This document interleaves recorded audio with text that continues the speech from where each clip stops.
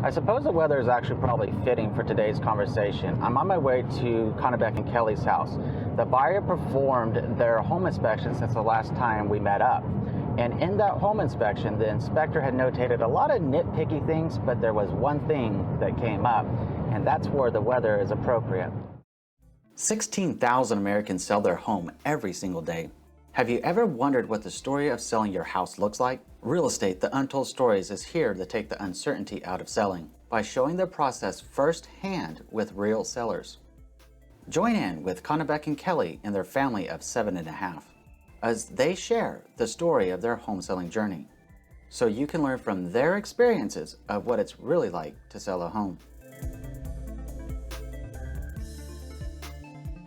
The home inspector suggested there might be the presence of mold in the laundry room. This is a home that was built by American West, and one of the really interesting things that they did, and it's actually pretty cool in a way, is they put the plumbing in the laundry room in between the garage wall and the laundry room itself, and it gave it an access panel. Well, on the bottom of the access panel, there was something that Kelli and Kanybek had repaired from where there was just a little bit of a leak in one of those tubes in the plumbing, and they fixed it.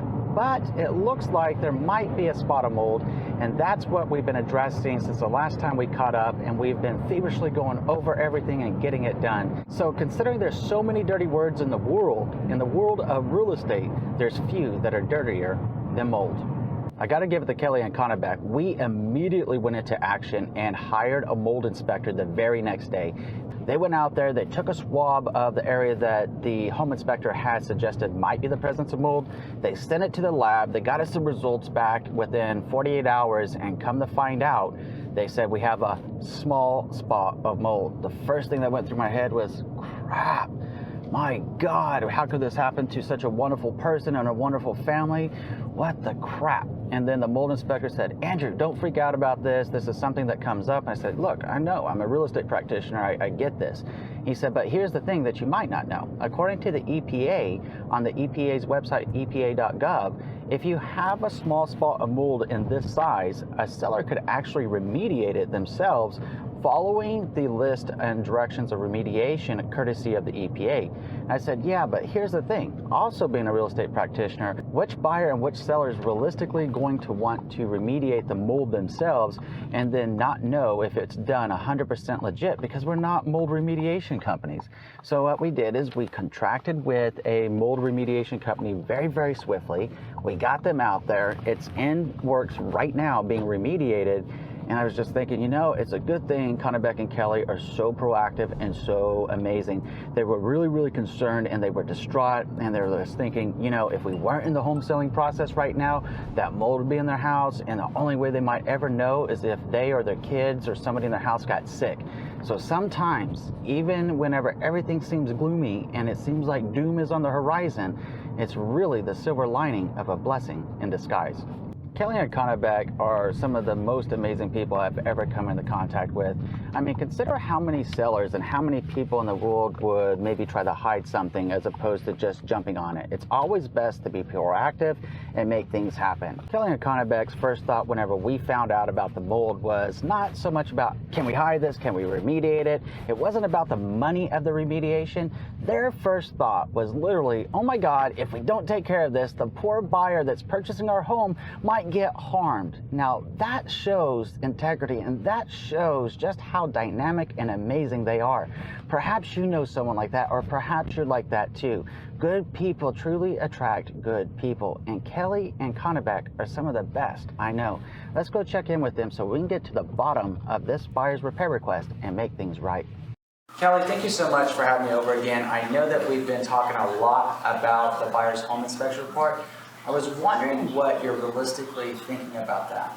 Well, it was quite a long document, and you know, going through it, you know, obviously, I don't think realistically we're going to be able to fix all 14 pages worth of requests. So, you know, I'd like your input, and obviously we want to take care of the big stuff. And, you know, some of the smaller items on the list that are, you know, not really deal breakers in my opinion, you know, we'll probably let the sellers or the buyers handle that after they move into them. Well, that makes a lot of sense, and I know that we had initially talked about it. We did the pre-listing home inspection. We were doing everything we could to try to prevent this from happening. Right. But ultimately, a buyer does reserve the right to have their own home inspection. And I gotta be honest with you, even as a trusted real estate advisor that does this all the time, I was a little bit surprised myself with the length of this one. Fortunately, we went over 14 pages realistically of very, very minor things. Right. A couple of bigger things, though, that we were talking about. That's what really brings up to the next step of where we're at. We found out that home inspector suggested that we have a mold inspection. Correct. We called out the mold inspection, I think, what was it, like literally 12 hours, 24 hours, right after we heard that word? As soon as we heard it, yeah. So when you get told we got mold, how do you respond like that when you're in the selling process and you're like, oh man, what? It was definitely a shocker, and you know, it kind of makes you feel like a bad homeowner in a way, because you're like, wow, you know, how did we miss this, or how did it get to this point in the first place? So, of course, it's kind of like, you know, you go through some pretty negative emotions initially, and then it was just kind of like, you know what, this is not a deal breaker, this is not the end of the world, we're not the first people in the world to have this problem, we're gonna take care of it head on, and we're gonna do it the right way, we're gonna do it the way that even if we weren't selling the home, we would still, you know, for the sake of our family, for the sake of, you know, doing the right thing, we would take care of mold and move on with our lives. That actually brings up a good point, and some of the other videos that I've made for homeowners, I always suggest to have a home inspection done every 3 to 5 years. Because let me ask you, honestly, if we're thinking about this, when would you have found out that there was mold if we weren't going through the selling process and going through all these inspections? Never, probably, until there was symptoms, I guess you could say. And that's where I get concerned, and I know that by trade that you are a actual nurse practitioner, right? Correct. So I just was thinking to myself, you know, you're a family of 7.9, right? At this time, get ready to be a family of 8, and I don't know, maybe I'm kind of weird or something, but I actually lay down at night and I think, this is actually a blessing in a way. It's not what we want to hear, but it's certainly a blessing.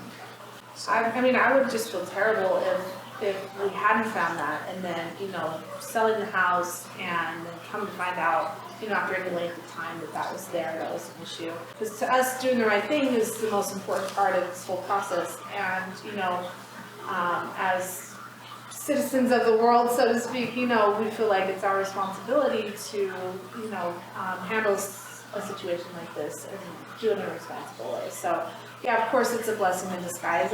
Of course it was a negative emotion, and you know, you go through all these thoughts, but it's not, like I said, it's not a deal breaker, it's not the end of the world, and in a way we just look at it as an educational opportunity. So.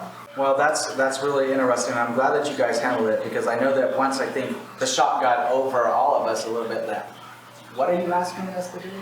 And then we actually contacted the mold inspector, and they said, yeah, so I love the way that he was so euphemistic though. He was like, oh, so you have a small spot. Yeah. You do have it, but it's small. Yeah. Like, what does that mean exactly? I think people hear mold and like, oh my God, it's everywhere. Yeah. And in reality, he even would he told me that, he's like, Andrew, there's mold in our everyday life. It just matters what kind. Yeah. So what we were gonna do is we're gonna send a swab to the lab. And I don't know about you, but I was kind of like bated breath that it came back negative. I mean, were you thinking that, or were you just kind of like embrace it? I was more realistic. I felt like, you know what, if they found the mold, it's probably there. You know, I'm not gonna, you know, I can always hope for the best, but you know, I always prepare for the worst. Well, okay. So, you know, so that way it's not a shock again. Right. You know, when it's like, oh no, it really is mold. You know, and I think, you know, it was also, you know, the mold inspector was very, very nice, and he said, you know, if you wanted to, you know, per the EPA guidelines or whatever, you guys could actually take care of this yourself, you know, based off of the size of the thing. If we wanted to, you know, follow the EPA guidelines and actually do it our own selves, you know, we could have saved a lot of money. We probably could have handled it. It wouldn't have been a big deal.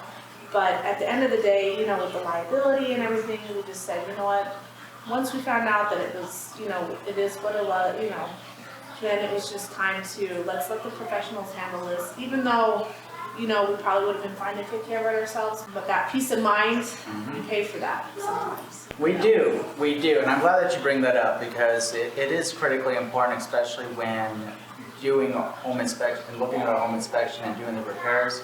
Depending on what's being asked, contacting the correct professional is critically important. And when we're talking about mold, I don't think that's a game that any of us want to play with, to your point earlier, that it can present a health issue if we're not careful. And I got to give you a round of applause and just say thank you for being so open-minded to that, because a lot of people might have said, hey, nope, it's done. We're not selling the house anymore. We're not doing this. The buyer said, hey, I don't want the house. But in this case, that didn't happen. We were just looking to solve it. And I think that's what really important to keep in mind with a buyer's repair request. It's almost like when we were talking about when we put a home on the market, it's really a seller's thought for what they want. And in a perfect world, this is what we want you to do. Correct. And so is true whenever you're getting a buyer's repair request. In a perfect world, we would like you to do all these things. And if it's within a seller's true capability to do, it would be polite and right. But there's so many times that people have different financial situations or different considerations. That Timelines. Timelines are a big one. And in this case, you know, we went through the report. And when you were talking about 14 pages, well, you know, it's 14 pages. And we were talking about it, and we needed to figure out what we were going to agree or not agree to. And when we were looking at this, the first thing is like, you know, doors. They were talking about they wanted to repair the front entrance door lock set bolt to engage properly. Well, does your door engage properly and lock?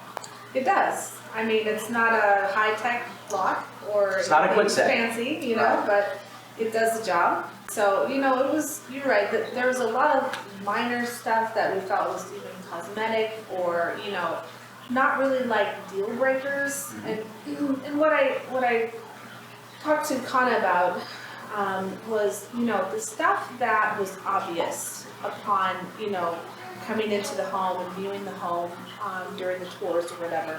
You know, so some of the windows were missing screens. They've never had screens. You know, the way this house was built, that wasn't an option back in the day. So I said, you know, the stuff that was obvious when they put the offer into the house. I wasn't so much worried about that stuff because I figured they put the offer in knowing that that stuff was either not there or not perfect or, you know, so I didn't feel like we were hiding anything or that we were trying to undermine anything, you know, as far as being selling the house. You know, it felt like that was probably should have been, you know, obvious from the get-go. So that kind of stuff I just felt like we can kind of skip because it's time consuming. It's, you know, very minor. Money-wise, very minor. We've already been overly generous, we feel like, as far as the house was priced right from the get-go, and then we gave them an extra, you know, closing costs. So it felt like, to me, the minor stuff was really not going to make or break this deal. Those are really good points. And when you talk about the disclosures that you made, we did do the home pre-listing inspection, and we did do almost $5,000 worth of the big stuff that would have come up anyways. The only thing we didn't know about as a result was the mold. And we gave them all of that stuff from the moment we had an agreed upon contract. We gave them the home inspection report. We gave them all the receipts showing everything was professionally done. And yeah, I get it, because one of these things that they'd ask for is to actually go back and caulk and seal the open joints on the side door.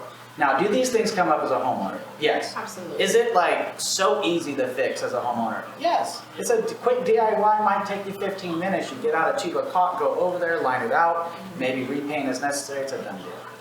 So when we were talking about the response, I know that we had talked about it quite a bit, because obviously when we found out we had mold, we had to turn tail real quick, and because that kind of took all of our brain power too. You know, so all the other stuff felt quite minor compared to that one. It felt quite minor, and we went into high gear mode, and we just started making things happen for the process as opposed to focusing on anything else, which was the best decision to make anyways. I think so.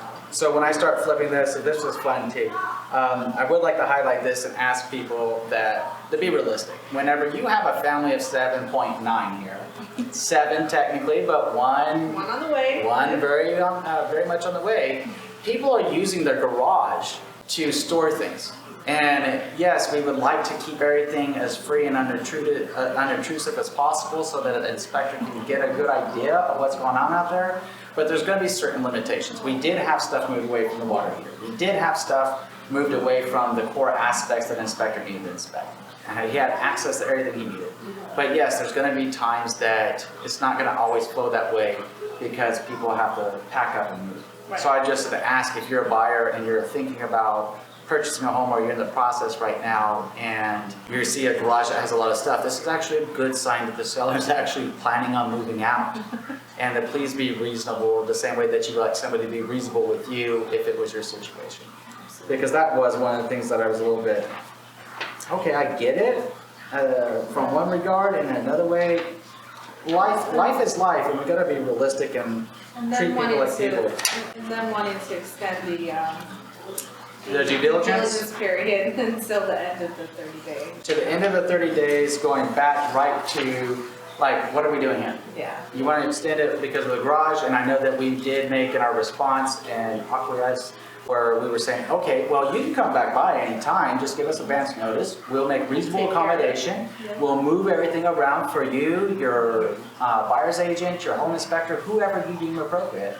And that never happened. So, I mean, I think it was important that we at least made that in writing, that offered, hey, we're trying to do the right thing.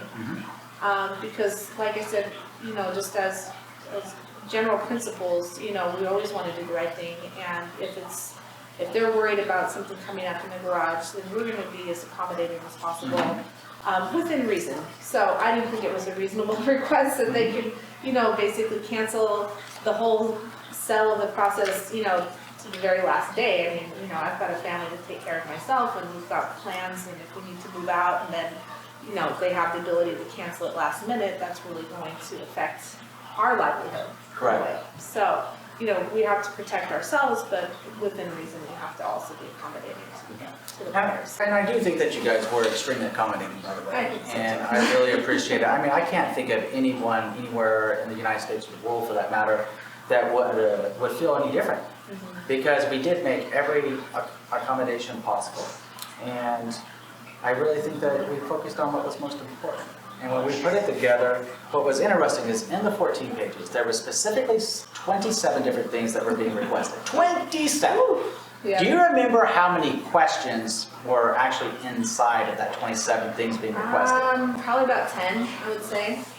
Would you like to actual number? Yeah, so I'm guessing that I answered them, but yeah. Right, you did, they're right there. Yep. And we gave that to them. So there was actually 8 questions. Okay. And that's what we went through.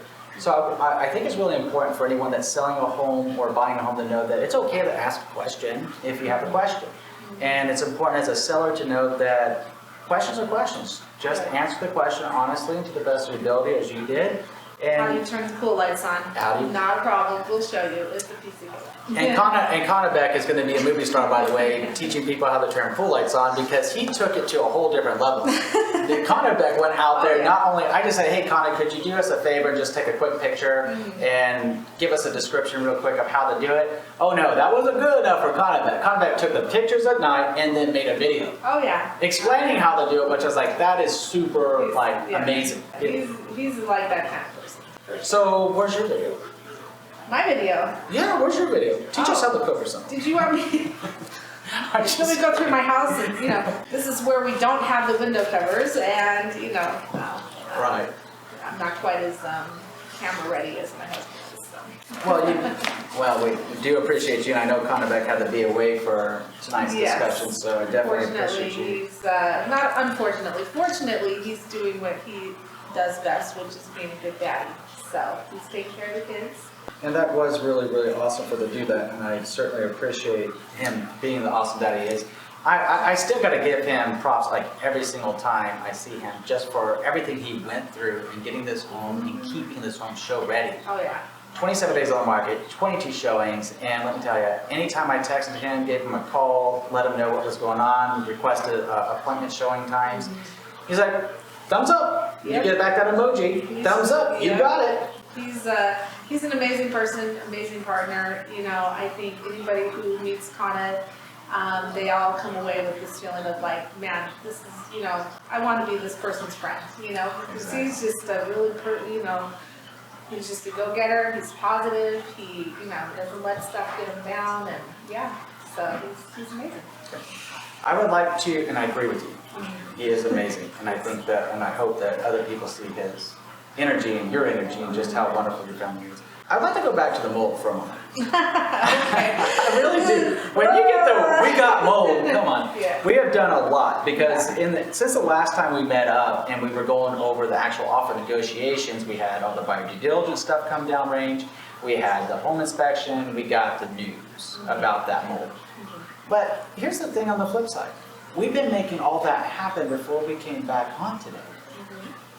To make sure everything was good to go, everything was remediated, everything was kosher with the buyer, and they agreed to all the terms, because I know we weren't doing any repairs when we did your response other than the mold. Correct. Which can be quite expensive itself. Yeah. And let's be honest about And that. then, it's been about $5,000 expense. Been about, for a small spot of mold. For a small spot of mold. For a small spot of mold. That's, I know that earlier today it was really cool, and thank you, by the way.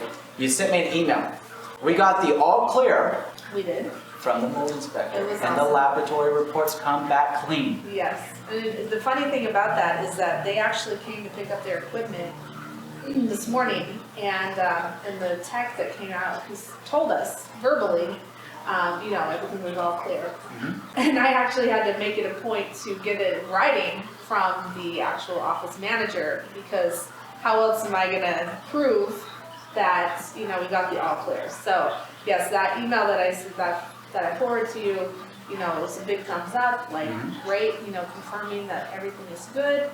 And so yeah, we're just gonna do the final touches, you know, to repair the walls that were ripped out and move on with our life.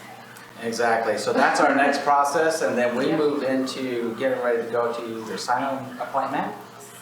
Are you excited about that? It still doesn't seem real. I know after everything we've been through and this entire process from start to finish, even at the title signing, I don't think it's gonna really hit us until we're literally handing over the key, you know, at the end of the escrow and just walking away. You know, I feel like for me, kind of, because every step we just keep making, every step, but it's still not the final step until everything is really, I mean, signed, sealed, and delivered, right? So It's coming up quick. it's coming up very quick. And you guys have done such a great job with every step of the way. You really have. I can't think of probably a lot of different families that I've worked with that I mean, I appreciate everybody I've worked with. There's certain people that are absolutely amazing.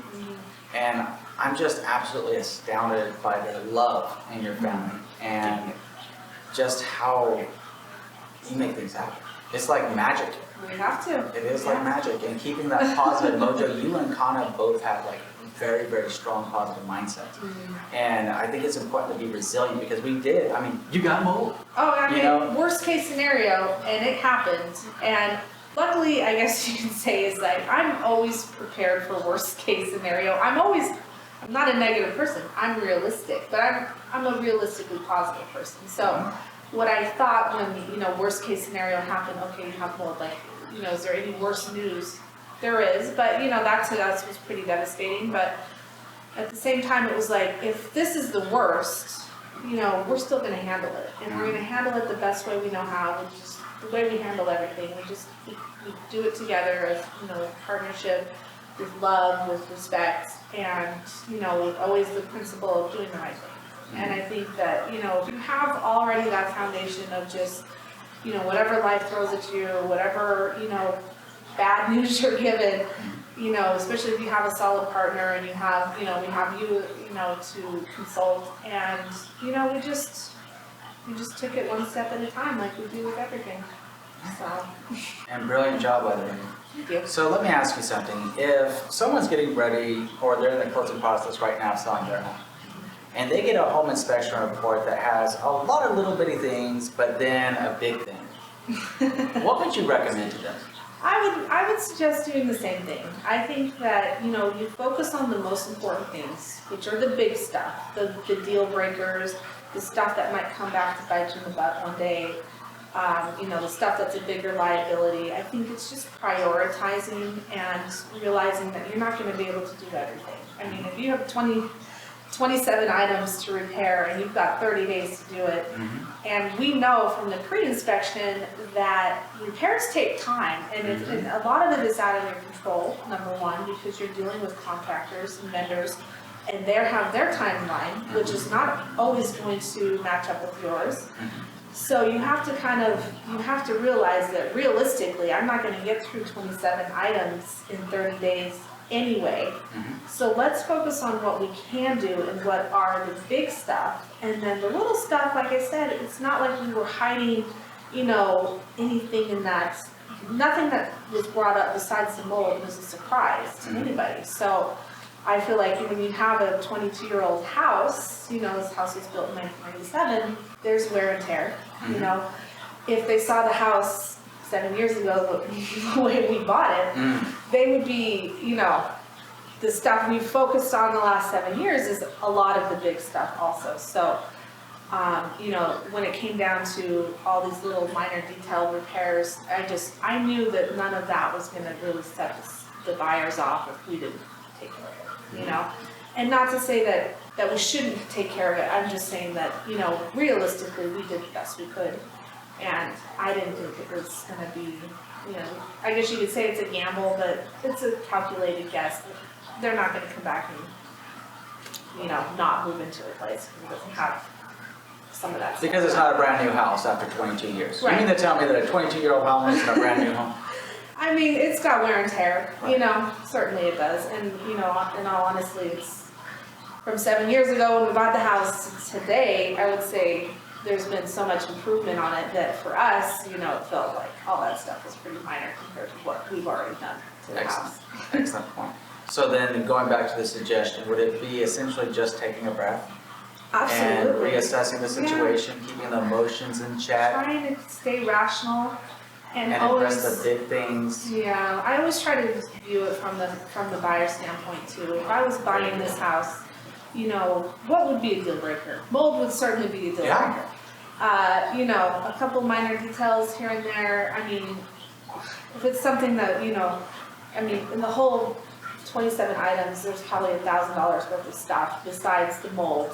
All the minor stuff. All the minor stuff, and none of it's critical that you couldn't move into the house. If it wasn't repaired, then you can't live here, So I just think you're right, taking a step back, taking a breather, not taking it personally, and just saying, let's do what we can in our 30 days, and then, the rest of it will be fine.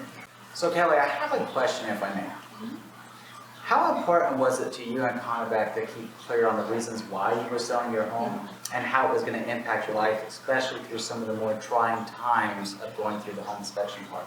Oh man, that's a good question, Andrew. I feel like, if I was to give advice to the general public about this, definitely you have to have a solid reason why you're doing something in order to kind of weather the storms of, the ups and downs of not only selling your house, but in life itself.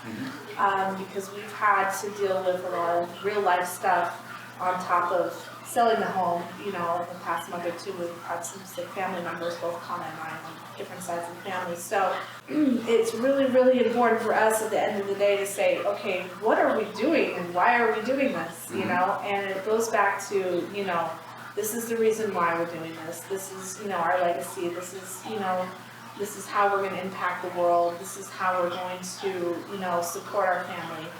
And, and when you keep things in perspective like that, it keeps all the other highs and lows manageable, I guess you could say.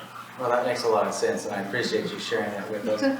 So, just so you know, we have some of the funner parts, or ish parts, coming up. I know that one part that a lot of people get excited about, or the signing appointment for you, because it's almost like, you're all done, but then the mad rush comes out with moving out. Yes. So I know that's the next phase. Yes. So I'm super excited for you, but those are realistically the two things that we got left is a signing appointment, the move out, the house cleaning, and then the keys will be ready for the buyer once they close. That's awesome. It is exciting. It's nerve-wracking. It's stressful, but it's necessary. So I'm so proud of you guys. thank you. I always just want to give you a great big hug. We're like a It's just like a big happy family. teddy bears, right? I'm family member number 9. yeah. Right. Well, pretty much feels like it at this point, doesn't it? But we're looking forward to catching you guys back as long as we can get the consent from the title company to do our shoot of the signing appointment. That'll be exciting. Absolutely. All right. Thank you. We just went through a whole lot. I mean, that inspection report that we got back was literally 27 different things being requested. But hopefully now you can see that these things don't have to be scary through the home selling process, or even if you're a buyer or planning on buying a house. It's all about working together and coming together to figure out things by first remembering that we're people. There are financial considerations that are realities, there are time considerations, and even with one of the more drastic things that anybody could ever get the news of during the closing process, being mold, you just saw how Kanybek and Kelli turned that mold into a wonderful experience by heading on straight through, didn't let it phase them, kept moving forward, got everything professionally remediated, and now we're going to see them on through the closing process. Coming up next time, the big day is finally here. It's time for Kanybek and Kelli to sign the seller's closing documents. We're here to sign their seller closing documents. They head over to the Stewart Title Company, Hi, bud. and in the capable hands of Katie, Hi, Ari. Kanybek and Kelli will be walked through one of the biggest steps in the home selling process. This marks the beginning of the end for their selling journey.